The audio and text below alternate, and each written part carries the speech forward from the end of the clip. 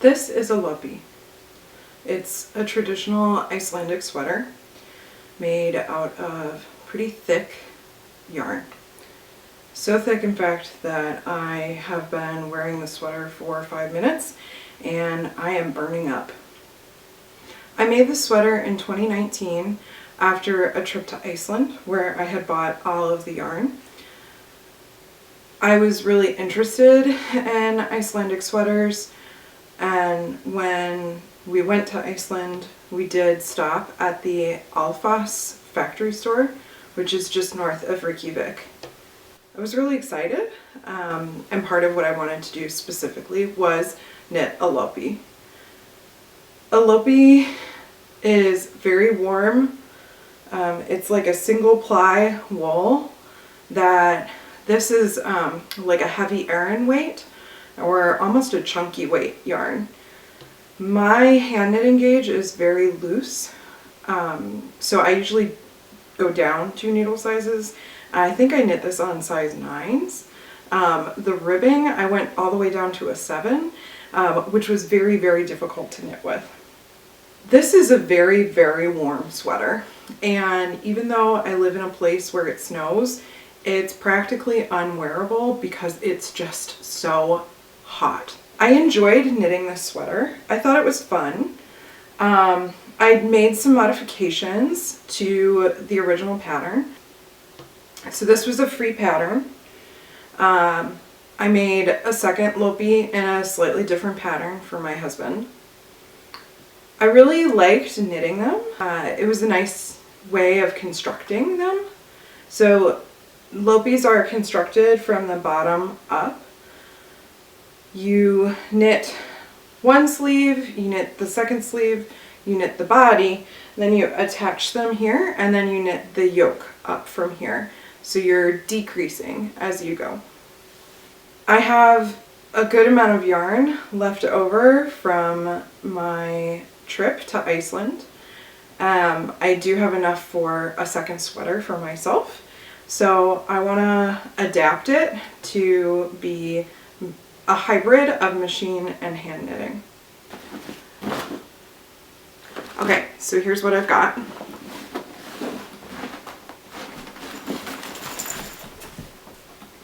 That was kind of fun.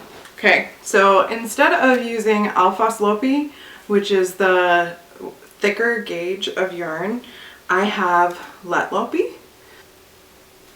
It is a lighter version of the same yarn. I have 3 colors that I'm planning to use. So I have this gray, a lighter pink, and a darker red.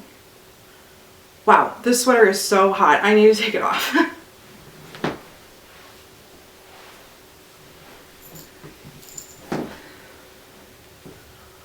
Whew, that's better. So in order to make a more wearable version of this sweater, I have some modifications that I'm going to make.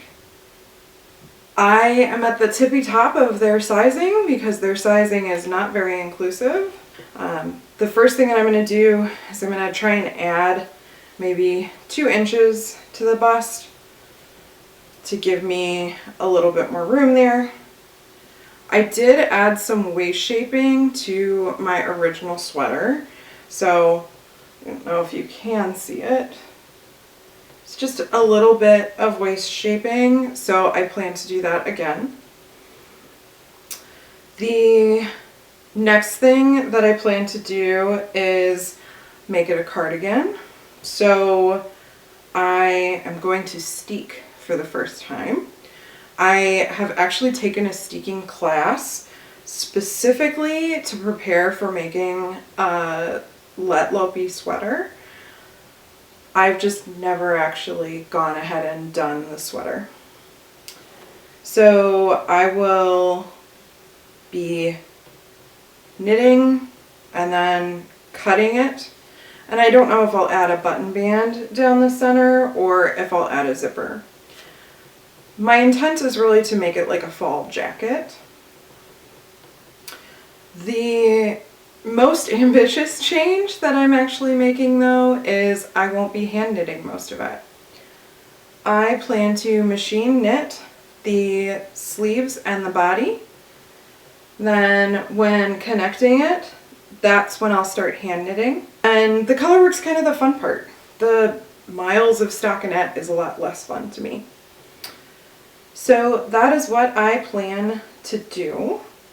The other mod that I would like to add, and I believe I did this on the sweater, is I think I added a little bit of short row neck shaping. And the reason that I think I did that is I have a marker in the sweater that is on the back. So since homemade sweaters don't have tags, it can be hard to tell what's the front and what's the back.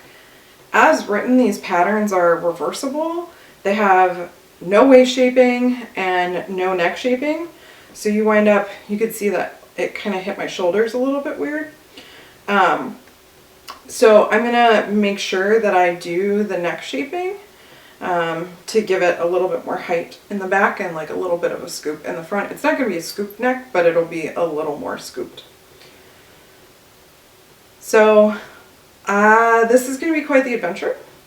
The things that I need to do before I get started are I will need to swatch with this yarn. I'll need to swatch on the machine as well as doing a hand knitting swatch so that I make sure that I actually hit the same gauge. I think it's really important that I hit the same gauge because otherwise the yoke is going to wind up funky. I need to pick a pattern. I do like the look of this pattern, but I need to pick a pattern that would fit the gauge of this yarn. I don't want to make the same thing twice. This is a 4-color sweater. I do have a couple of balls of lettlopi in other colors, including in a darker gray, and I think like a yellow, but they're like single balls. So I'm not sure what I will pair this with, if it'll just be a 3-color sweater or if I'll do 4 colors total. I would like to try, so there's some contrast around the cuffs here. I'd like to try and get my bulky machine working so that I can do the color work on the sleeves. And then I need to do all of the math for the short row shaping, all of the waist shaping that I did, which like I mentioned, I did very, very light waist shaping last time. I'll need to add a couple of stitches in the center that will be purled so that I can steek it. I'd like to practice steeking. Yeah, this is a big project. I'm excited. I'm excited to take you on this journey. All of that being said, I think this is going to come to you in several parts. The first part here is planning, and then probably a part on the machine knitting, a part on the hand knitting, and then a part on the finishing, including the steeking and either adding a button band or a zipper, depending upon what I decide to do. So come join me on this adventure. We'll see how it goes. I'm confident in my ability to do it. It's just how much am I going to have to swear to get through the new parts of it. We'll see.